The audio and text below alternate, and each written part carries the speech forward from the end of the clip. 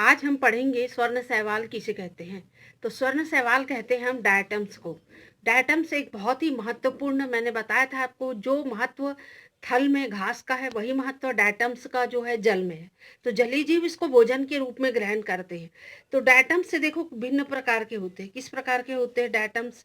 ये डायटम्स को ही स्वर्ण शैवाल के नाम से जाना जाता है।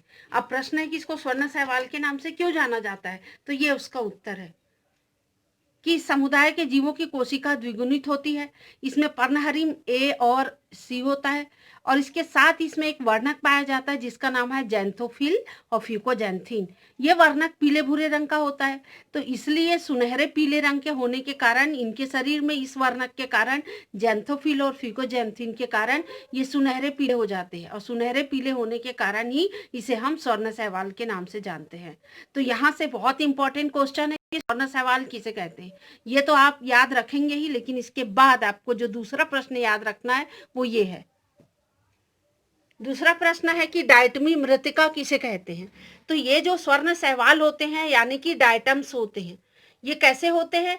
इनकी जो कॉलोनी होती है एक ही जिलेटिन यानी गोंद जैसे पदार्थ में एक पूरा एकत्रित हो जाती है और कॉलोनी का रूप ग्रहण कर लेती। कई आकार की होती है, नाव, छड़, तरकू, गोल, बहुभुज, अंडाकार। और जब ये मृत होती है, चूंकि इसमें सोडियम और एल्यूमिनियम के सिलिकेट होते हैं, तो इनके मृत होने पर इसकी जो सिलिका युक्त कोशिका भित्ति है ये समुद्र की तली पर मोटे स्तर के रूप में जमा हो जाती है। इसे हम डायटमी मृतिका कहते हैं। तो प्रश्न आएगा कि डायटमी मृतिका क्या है, तो आपको बताना है कि डायटम्स या स्वर्ण शैवाल जब मृत हो जाते हैं तो उनका शरीर समुद्र की तली में जम जाता है। इसे हम डायटमी मृतिका कहते हैं। अब हम पढ़ेंगे कि डायटम्स का क्या महत्व है। तो डायटम्स को भोजन की तरह उपयोग में करते हैं। इसे हम समुद्री घास कहते हैं, चूंकि ये समुद्र में अधिकता से पाए जाते हैं। तो जलीय जंतु इसका उपयोग भोजन के रूप में सर्वाधिक करते हैं। नीली व्हेल का तो ये प्रमुख भोजन है। औद्योगिक उपयोग, और इसको भोजन के रूप में उपयोग में नहीं आता, उद्योग में। जैसे कि चूंकि अम्ल प्रतिरोधी होता है तो अनेक द्रवों के संग्रहण और आवागमन में किया जाता है। इसकी प्रकृति छिद्रित होती है, तो इससे फिल्टर या छनक का निर्माण किया जाता है। टूथपेस्ट बनाने में इसका इस्तेमाल किया जाता है क्योंकि इसकी भित्ति की सतह खुरदुरी होती है और यह अग्नि प्रतिरोधी भी होती है। इसलिए विभिन्न प्रकार की अग्नि प्रतिरोधी उच्च तापीय भट्टी के निर्माण में किया जाता है। इसके उपयोग से पेंट, वार्निश, विभिन्न प्रकार के कांचों का निर्माण भी किया जाता है और इसका उपयोग प्रकाश और ताप प्रतिरोधी ईंटों को बनाने में किया जाता है। सौंदर्य प्रसाधन की सामग्री उसमें भी इसका इस्तेमाल होता है। और औद्योगिक उपयोगों के लिए डायटमी मृतिका, मैंने बताया था ना कि समुद्र के तल पर जब डायटम्स मृत हो जाते हैं तो ये बनता है, उसको पीस कर पाउडर के रूप में हम इसका उपयोग करते हैं। और साथ में इसका जैविक महत्व भी है, जैसे कि हेल मैंने बताया था कि भोजन के रूप में लिया जाता है, तो वो महत्वपूर्ण उत्पादक है। जिस प्रकार भूमि में उत्पादक हरे पेड़ पौधे होते हैं, वही महत्व डायटम्स का जल में है।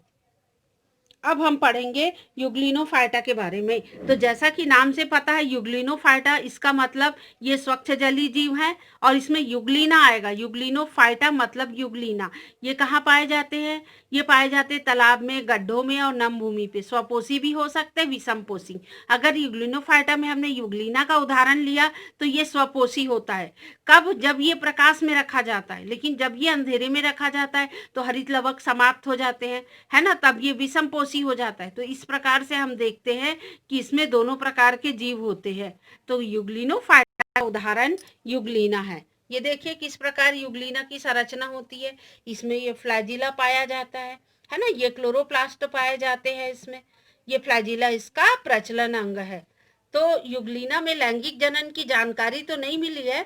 तो यूग्लिना जो है इसको प्रकाश संश्लेषी प्रोटिस्ट के नाम से भी जाना जाता है। इसमें जनन देखो कैसे होता है। इसमें जनन होता है द्विविभाजन के द्वारा। देखो एक यूग्लिना है, एक फ्लैजिला है, एक अंदर छोटा फ्लैजिला और होता है, ये छोटा सा दिखाई दे रहा है। फिर धीरे से इसके बीच में गड्ढा होता है, ये दो फ्लैजिला भी दो भाग में बढ़ जाते हैं और ये केंद्रक भी दो भागों में बढ़ जाता है। धीरे धीरे यूग्लिना लंबवत विभाजन द्वारा दो भागों में बढ़ जाता है, जिसमें अलैंगिक जनन पाया जाता है। आज की वीडियो में बस इतना ही।